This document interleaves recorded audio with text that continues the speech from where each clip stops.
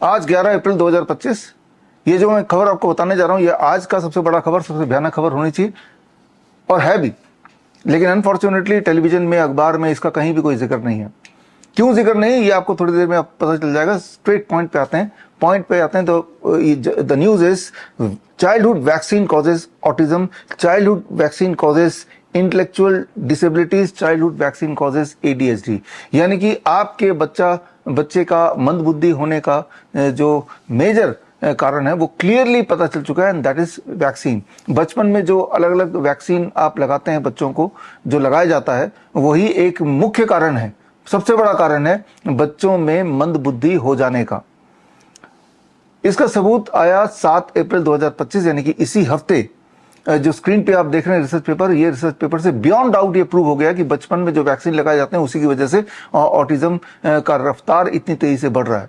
और ये आशंका जताई थी ट्रंप ने पिछले साल दिसंबर में, नए दोबारा प्रेसिडेंट इलेक्ट होने के बाद टाइम मैगजीन में जो इंटरव्यू दिया था उसमें उन्होंने ये आशंका जताई थी कि वैक्सीन से ही ऑटिज्म इतनी तेजी से बढ़ रहा है और आने वाले दिनों में कुछ ना कुछ वो करेंगे ताकि ये वैक्सीन का खेल खत्म हो। हालांकि ये वैक्सीन से ऑटिज्म होता है, ये सारी बातें मैंने आपको 2020 में मेरी इस किताब के माध्यम से आपको पूरे डेटा के साथ बता दिया था। इस किताब में अगर आप पेज नंबर 28 खोलेंगे तो उसमें मैंने बता दिया था कि 1962 में छोटे बच्चों को लगभग 5 वैक्सीन लगती थी और तब हर 5,000 में से एक बच्चा ऑटिज्म का शिकार हो जाता था। और 1983 में 5 को 24 वैक्सीन कर दिया गया और तब हर 2,500 में एक बच्चा ऑटिज्म का शिकार होता था। और उसके बाद 2017 आते आते हर बच्चे को लगभग 72 तरह के वैक्सीन लगते थे और तब हर 40 में से एक बच्चा ऑटिज्म का शिकार होता था। और आज का जो डेटा है वो ये कहता है कि हर 36 बच्चों में एक बच्चा ऑटिज्म का शिकार हो जाता है या इंटेलेक्चुअल डिसेबिलिटी हो जाती है। तो ये सारे एविडेंसेस मैंने तब भी दिए थे। यानी कि अगर आप अपने आसपास देखेंगे तो आप पाएंगे कि बहुत सारे बच्चे जो कि मंद बुद्धि वाली जिंदगी जी रहे, यानी कि they are dependent on somebody else, और कारण है वैक्सीन। तो जब ये बातें पहले से ही पता थी तो अब ये नया क्या हो गया, इसको थोड़ा आपको समझना पड़ेगा। तब जब पता थी पहले, जो एविडेंसेस मैंने 2020 में इस किताब के माध्यम से दिया था, कोविड-19 वायरस एंड द वैक्सीन, ये किताब आप स्क्रीन पे दिए हुए लिंक पे जाके पढ़ सकते हैं। तब वो थे सर्कमस्टेंशियल एविडेंस। एक तो होता है सर्कमस्टेंशियल एविडेंस, एक होता है फॉरेंसिक एविडेंस और एक होता है सॉलिड प्रूफ।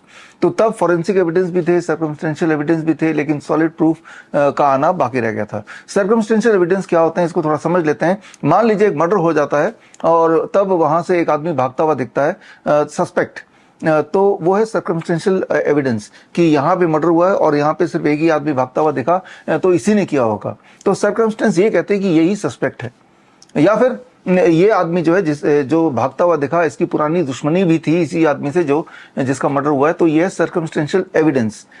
फिर एक होता है फोरेंसिक जांच। फोरेंसिक जांच मतलब कि जो वहां पे जो क्राइम का सीन है वहां पे इस सस्पेक्ट के उंगलियों के निशान पाए गए, तो ये फोरेंसिक जांच है। या फिर जिस बंदूक से गोली लगी विक्टिम को, उस गोली से ये पता चलता है वो गोली उसी बंदूक की है जो बंदूक सस्पेक्ट का है, तो ये है फॉरेंसिक साइंटिफिक एविडेंस।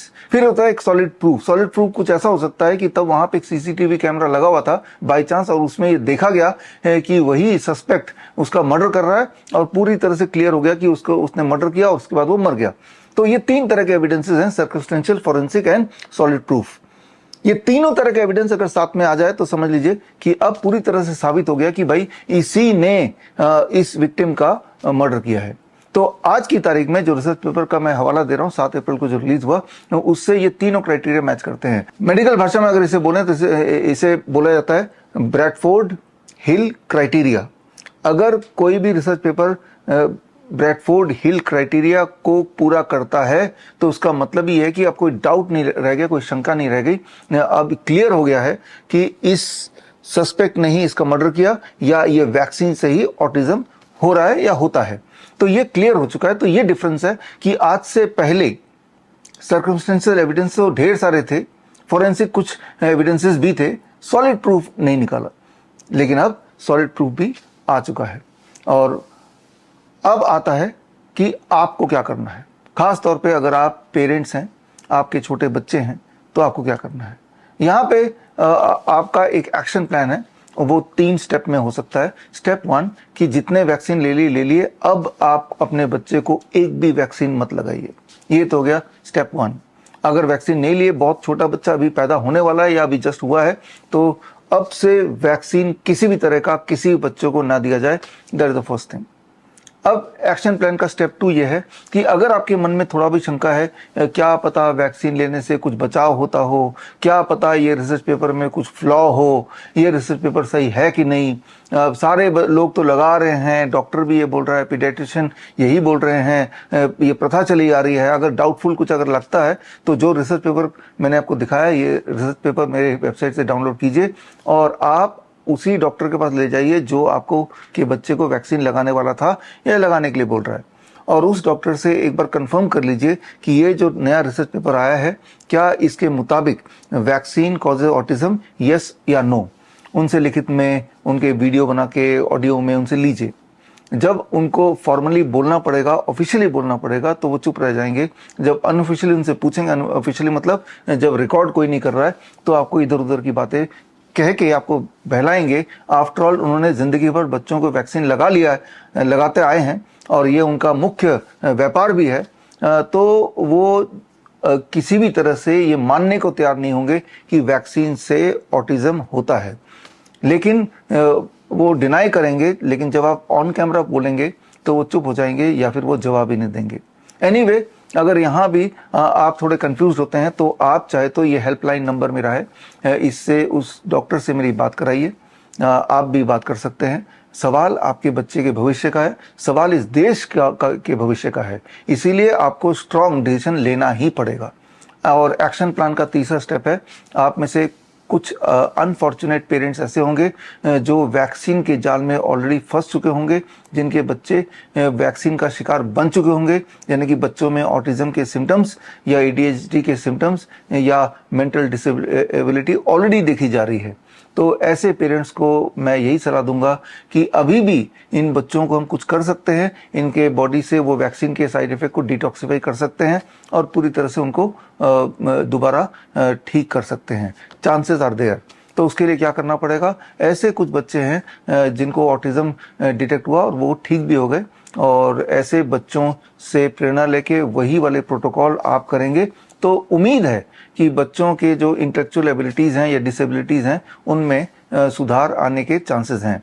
तो उसके लिए bishrup.com/autism में जाके ऐसे वीडियोस मैंने डाले हैं, वो देखिए, समझिए और इम्प्लीमेंट कीजिए अपने बच्चों के लाइफस्टाइल को बदल के, उनके डाइट को बदल के, और ये उम्मीद कीजिए कि बच्चे के अंदर जो वैक्सीन की वजह से जो ऑटिज्म आ गया था या आ गया है, वो over the period of some time धीरे धीरे ठीक हो जाएगा। कैसे पता चलेगा कि ठीक हो रहा है कि नहीं? बच्चे के जो बिहेवियर है, उसका जो इंटेलेक्चुअल एबिलिटी है, वो आपको इम्प्रूव होता हुआ दिखेगा, तो समझ लीजिए कि बच्चा रिकवर कर रहा है।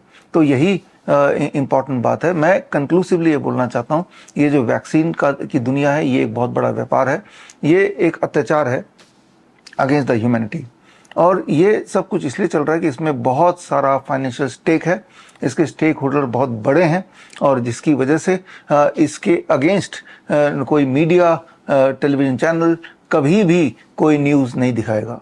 लेकिन क्योंकि सवाल है आपके लाइफ एंड डेथ का, तो ये कदम आपको ही उठाना पड़ेगा। जितनी तरह की वैक्सीन हैं जिनमें आपको लगता है कि इससे शायद कोई फायदा हो जाए, अगर ये शक अभी भी आपके दिमाग में है, तो मैं ये रिकमेंड करूंगा, मेरी ये किताब है COVID-1981 virus and the vaccine. इसके अंदर सारे एविडेंस अलग अलग वैक्सीन की दिए हुए हैं कि किस प्रकार आज की डेट में पोलियो के वैक्सीन लगाने की वजह से हर साल भारत में 50,000 नए पोलियो के पेशेंट बन जाते हैं। समझने की कोशिश कीजिए कि ओरिजिनली उनको कोई दिक्कत नहीं थी, ओरिजिनली वो हेल्दी बच्चे ही थे, लेकिन पोलियो के वो ड्रॉप्स लिए और उसके बाद उसकी वजह से बच्चे में पोलियो के सिम्टम्स आ गए। तो इस तरह के एविडेंसेस जब आप देखेंगे तो ही आपकी आंख खुलेगी। आप ये मत देखिए अधिकतर लोग क्या बोल रहे हैं, अधिकतर लोग क्या कर रहे हैं। आपको देखना ये होगा कि सबूत क्या कह रहा है। एक तरफ कौन क्या बोल रहा है, कौन क्या बोल रहा है, कर रहा है, वो इंपॉर्टेंट आपके लिए, या दूसरी तरफ सबूत क्या कह रहा है, वो इंपॉर्टेंट है। ये डिसीजन आप ही को लेना पड़ेगा, क्योंकि एक्शन आप ही को लेना है। आपके बिहाफ पे कोई और नहीं लेगा। सब तो, चाहे वो डॉक्टर हो, चाहे ये नेटवर्क ऑफ हेल्थ मिनिस्ट्री हो, वो सिर्फ वही करेगी जिससे उनको फ़ायदा है, जिनसे उनको फाइनेंशियल गेन है। सवाल आपके लाइफ, बच्चे के लाइफ का है, इसलिए डिसीजन आप ही को लेना पड़ेगा। अभी 5 अप्रैल 2025 को मैंने एक किताब लॉन्च की थी, वैक्सीनेटेड टू डेथ। 5 अप्रैल को ही क्यों लॉन्च किया? बड़ी सिंपल बात है, याद कीजिए आज से 5 साल पहले 5 अप्रैल 2020 में आपने एक हरकत की थी। रात के 9 बजे अचानक आप सबने अपने घर की बत्तियों को बंद कर दिया, बुझा दिया, और बदले में आपने अपने मोबाइल के टॉर्च को ऑन कर दिया। ये अजीबोगरीब हरकत की है। कुछ लोगों ने कैंडल जलाए, कुछ लोगों ने दिए जलाए, और उससे कुछ दिन पहले 22 मार्च को 2020 याद कीजिए, थाली बजाया और ताली बजाई, और 6 अप्रैल यानी कि आज से ठीक 5 साल पहले आपने अपने मुंह को ढकना शुरू कर दिया, मास्क के मुंह छुपाना शुरू कर दिया। इस तरह के अजीबोगरीब हरकत कर रहे थे इस सोच से कि शायद इससे आपका बचाव हो जाएगा, शायद इससे आपका कोई कोविड वैक्सीन से कोई का रोकथाम हो जाएगा। लेकिन वो सारा एक प्लान का हिस्सा था कि किस तरह से एक ओविडेंस ट्रेनिंग के तहत अल्टीमेटली आपके मेंटल कंडीशनिंग को जिस प्रकार कर दिया जाए कि 2 खुराक, 2 डोज ऑफ कोविड वैक्सीन वो अल्टीमेटली आप बिना ज़्यादा रेजिस्टेंस के लगा ले, जो कि आपने लगा भी लिया। उस वक्त भी मैंने अपने इस किताब के माध्यम से और बाकी और किताब के माध्यम से मैंने आपको बताया था, सचेत किया था वैक्सीन आने से पहले ही, कोविड के वैक्सीन, कि ये मत लगाइए, इसके लगाने के बाद मौतें बढ़ जाएंगी, हार्ट अटैक बढ़ जाएगा, कैंसर बढ़ जाएगा, पैरालिसिस बढ़ जाएगा, क्रॉनिक किडनी डिजीज बढ़ जाएगा। और आज वही आप देख रहे हैं अपने आसपास, हर तरह की जो लाइफस्टाइल डिजीज है वो लगभग डबल हो गई है, उसकी रफ्तार बड़ी तेज़ी से बढ़ती जा रही है। कुछ लोग आप देख रहे हैं रह के जिम में जाते हुए, डांस करते हुए, यूं ही बैठे बैठे मर भी रहे हैं। तो अभी भी आशंका लगाई जा रही कि क्या पता कैसे हो रहा हो, क्या पता वो ज़्यादा एक्सरसाइज से हो रहा हो या पुअर लाइफस्टाइल से हो रहा हो। लेकिन अब आज की डेट में ये पूरी तरह से क्लियर हो गया है कि ये सारा कोविड वैक्सीन का ही कमाल है। अगर आपको थोड़ा भी डाउट है तो मैं आपको सजेस्ट करूंगा, मेरी ये किताब पढ़िए, वैक्सीनेटेड टू डेथ। इस किताब में 2021 से लेके 2025 तक के 3500 रिसर्च पेपर्स हैं जो इसमें दिए हुए हैं। ये 900 पेज की किताब है। वो सारे रिसर्च पेपर जब पढ़ेंगे तो आपको समझ आ जाएगा कि आपको उल्लू बनाया गया और आपको 2 वैक्सीन लगाने के लिए मजबूर किया गया, जिसकी वजह से जो भी आपकी हेल्थ कंडीशन आज है वो उसी का देन है। तो खैर, अब आपका सचेत होना बड़ा आवश्यक है। आपको अपने बॉडी को डिटॉक्सिफाई करना बड़ा ज़रूरी है। एंड आई एम श्योर कि ये किताब अगर आप पढ़ेंगे या बच्चे के कॉन्टेक्स्ट में अगर ये किताब पढ़ेंगे तो आपकी आंखें खुली जाएंगी। मैं उम्मीद करता हूं कि भविष्य में इस तरह से कोई आपको गधा या उल्लू ना बनाए। ये आप समझ चुके हैं कि vaccine causes illness, vaccine causes death. Vaccine से मानवता को कभी भी कोई बेनिफिट हुआ है, इसका कोई भी सबूत अभी तक तो नहीं आया। अगर आपको मेरी बात का यकीन नहीं आ रहा तो मैं आपको रिकमेंड करूंगा ये किताब ज़रूर पढ़िए। ये दोनों किताबें फ्री डाउनलोड कर सकते हैं आप bishwarup.com/ebook में जाके। और अगर सवाल है तो हेल्पलाइन में पूछ सकते हैं। ऑल द बेस्ट, धन्यवाद, जय हिंद। बड़ी से बड़ी बीमारी का आसान से आसान इलाज घर बैठे ही हो सकता है। अधिक जानकारी के लिए कांटेक्ट करें नियरेस्ट डॉक्टर BRC क्लिनिक।